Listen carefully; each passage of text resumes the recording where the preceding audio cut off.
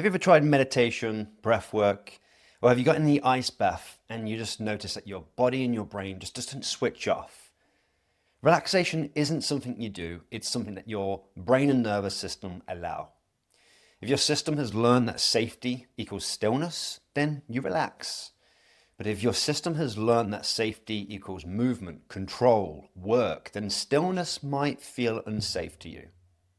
Today I'm going to show you the neuroscience of why your brain resists calms and what you can do about it. Relaxation is governed by prediction, not willpower. Your brain is constantly trying to predict what's happening inside your body and also what's happening outside of your environment and trying to create a match between those two things. So it's trying to determine how safe and how familiar is your environment. If those predictions mean danger or stress, your nervous system will not downshift. The body is in a state of reflection of predicted survival needs, not your logical desire to rest. So that time at night when you're trying to calm down, your brain is overthinking, it's ruminating, well, that is your nervous system and your brain still trying to scan for threat, still trying to problem solve so that you can actually feel safe. However, the issue is often this is an escape. And this is a reason of our nervous system continuing in the same pattern. Typically what happens during a normal stress response is that there's a stressor, the sympathetic nervous activity increases, parasympathetic nervous activity decreases, and then we have an upshift in arousal. Following the stressor, however, what typically happens is that the stressful nervous system comes back down and the relaxation nervous system comes back up. It sometimes even compensates to make you feel as if you are recovered. However, in times of chronic stress, the brain learns. It learns that threats are going to continue to happen based off old patterns or based off a significant trauma, and this leads to hypervigilance. That hypervigilance means a constant state of sympathetic bias. Your inability to relax is not a sign of failure, it's a sign of calibration. In this state, many people interpret sensations inaccurately. Essentially, in our body, we have a system of interoception, the internal state of our body and how aware we are of that. This is the information that's coming from our spinal cord or our vagus nerve up to the brain, and our brain is trying to interpret these bodily signals. If someone's learned that a certain sensation equals vulnerability, i.e. in stillness, they notice the heart beating in their chest, or they notice that their breath starts to slow when they start to feel a little bit of air hunger, of course the brain is then going to amplify that signal into the frontal cortex via what we call the insula and the ACC, and those parts of the brain are interpreting that as a threat, and therefore we're going to feel stressed, we're going to feel anxious. So for some people, the sensations of slowing down might mean a heavy chest, soft belly, quiet mind. However, this might feel wrong because they're not familiar with it. Picture this. You're a type A person, you've always been achieving, you've always been pushing, and all of a sudden you get sick and you spend time in bed rest. That bed rest might feel as if you're on edge consistently.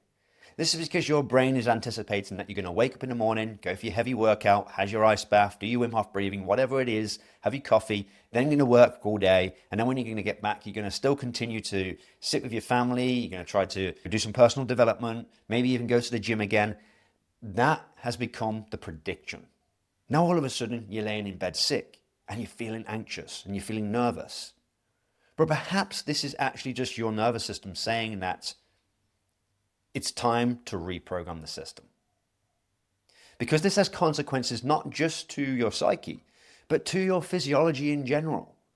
Now, breathing patterns themselves, they reinforce these predictive loops. In fact, the body signals are informing our mind, informing our brain of what should be happening. So for example, if someone is chronically overbreathing, this does two things. Number one, elevated respiratory rate. That elevated respiratory rate continues to secrete more noradrenaline from a part of our brain called the locus ceruleus. That then activates the sympathetic nervous system, which then keeps the arousal high. However, chronic overbreathing can also lead to a reduction in CO2 levels. This lowers vagal tone, and this keeps this parasympathetic activity low, and therefore keeps the system on alert. The brain interprets this low CO2 as symptoms. Sometimes that's tingling, tightness, dizziness. It can be twitching in the fingers. It can actually even ingrain behavioral patterns. I've had an individual who was struggling with burnout, and he came to me because he was feeling stressed and overwhelmed and started to notice some issues in his breathing. When I put him on a capnography device, which measures his carbon dioxide levels, his carbon dioxide levels were 30 millimeters per mercury. They typically should be at 35 to 45, so he was low in his CO2 levels. Now, when we tried to get him to pay attention to slowing his breathing down and to start to bring and titrate CO2 levels back up to normal range again, what we do in biofeedback breathing retraining, he noticed that he continually felt the urge to twitch. His legs started to shake. His hands started to move. And in fact, he felt so anxious with this that he said he couldn't feel like he could sit still and pay attention to what he was doing with his breathing. So when I asked this person to get up and walk around, his CO2 levels normalized. In fact, the energy cost and the production of CO2 and the change in breathing has now matched him to make his CO2 levels normal. So he felt as if he was content. This person constantly feels as they have to be doing something. This person constantly feels as they have to be doing hard exercise. This is a behavioral trap, a feedback loop that often is involved with the breathing when they're under threat and the body is believing it. That threat is stillness. So here's some ideas. Many relaxation techniques can actually reinforce feeling like you're trying to control, which is actually just reinforce the behavioral pattern that you're trying to do anyway. So when you try to relax, you engage these networks of control. Someone might actually teach you to start to slow your breathing down. This is typically linked as top-down control, top-down regulation. However, if you're sitting there and paying attention to your breath and you're trying to calm this via force, then you might be doing the opposite of what you actually want to happen. When really what you want to happen here is just some form of surrender, acceptance. Acceptance for what is. Not trying to control the breathing, not trying to do anything other than just becoming an observer. This is what we call meditation. However, if we feel as if we can't do this and we have to control, then obviously what we're going to start to be concerned about is the anxiety that comes up. So there's a couple of things that you can do here. First of all, our nervous system entrains to internal and external environments. And so if we don't feel safe on the internal, what we want to do is change the external. For example, you might choose a bedroom where you feel safe. You might choose a time where you have your family members downstairs or you have your family members around. You might decide that you want to lock the door, turn the lights down, put some scented candles on and put some calm music. You might even want to read a book or watch a little bit of comedy in that environment. Once you create a pattern of a safe environment, a calm, relaxing environment, maybe that takes a week, 2 weeks, and just sitting in that space and just being mindful of keeping yourself reading and entertained, eventually your nervous system is going to entrain that this space is safe. And what you can then do is you can bring in your meditation. You can bring in your breathing practices. But a place to start probably wouldn't be something like cadence breathing or slowish breathing or whatever it would be. It would be simply just trying to just observe your breath.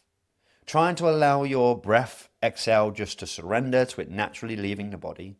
And just noticing on your inhale, there's just a natural spark that wants to take an inhale. And when that happens, just allowing it to happen. And just building some trust that you can breathe all alone without having to control, without having to act, without having to do something. This is the art of being rather than doing. And when we start to learn to be able to disengage from our breath, we then have choice. And this is the choice between I'm attached to doing something and therefore having to still be in control, or it's I'm having a choice of consciously deciding that I want to slow my breath, that I want to feel my internal sensations, that I want to relate to these micro movements in my body and this stillness. Over time, this gradual exposure is going to teach your nervous system that you can be calm, that you can be safe. It's going to teach that sympathetic tone to come back down and parasympathetic tone to act back on. You're teaching your body to relax. You're teaching your body that it's finally okay to be rather than do. So next time you can't relax, remember, it's not about discipline. It's about your brain protecting yourself because it's the only way that it knows. So if you want to dig a little bit deeper into how breathing saves your nervous system, then you can join my community or just simply watch the next video on this channel. Check out the link below and check out the School of Breath Science community. And of course, like, subscribe, and follow for more.